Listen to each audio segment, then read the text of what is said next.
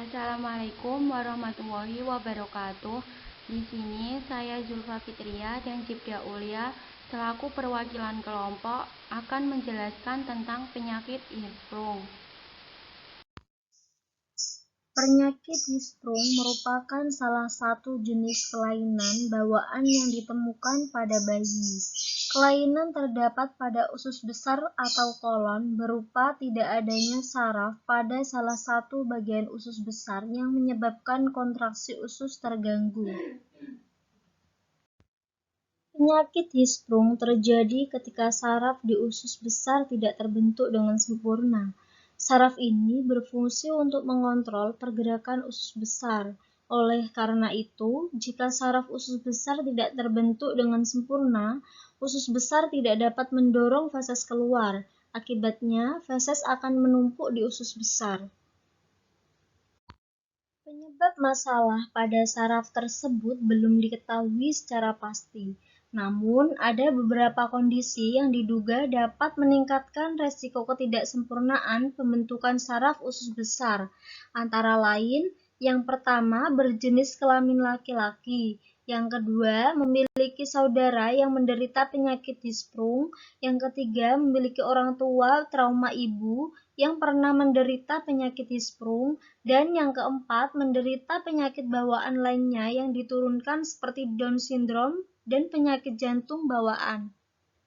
Selanjutnya, gejala penyakit Hirschsprung. Penyakit Hirschsprung memiliki gejala yang berbeda-beda, tergantung pada tingkat keparahannya. Gejala umumnya sudah dapat dideteksi sejak bayi baru lahir, di mana bayi tidak buang air besar dalam 48 jam setelah lahir.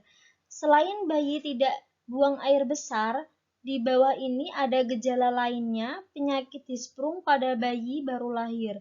1. Muntah-muntah dengan cairan berwarna coklat atau hijau.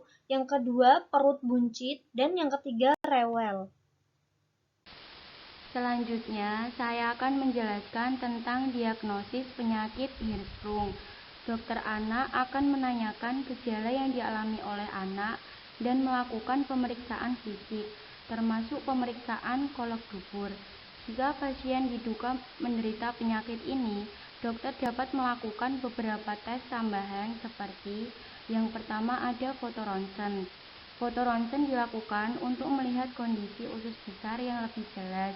Sebelumnya, zat pewarna khusus berbahan barium akan dimasukkan ke dalam usus melalui selang yang masuk ke dalam dubur. Yang kedua ada tes mengukur kekuatan otot usus. Pada prosedur ini, dokter akan menggunakan alat khusus berupa balon dan sensor tekanan untuk memeriksa fungsi usus. Yang ketiga ada biopsi. Dokter akan mengambil sampel jaringan usus besar yang selanjutnya akan diperiksa di bawah mikroskop. Pada penyakit Hirschsprung yang ringan, gejala baru muncul saat anak berusia lebih besar.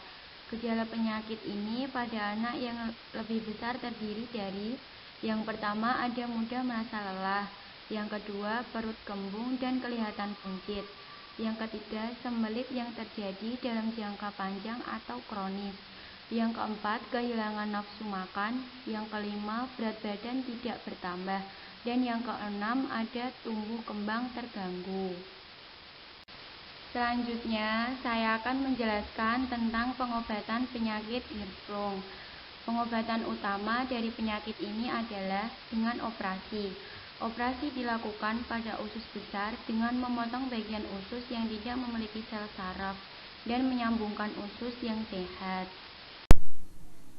Nah, dari data-data tadi, kelompok kita mencari daftar pustaka dari web seperti ini.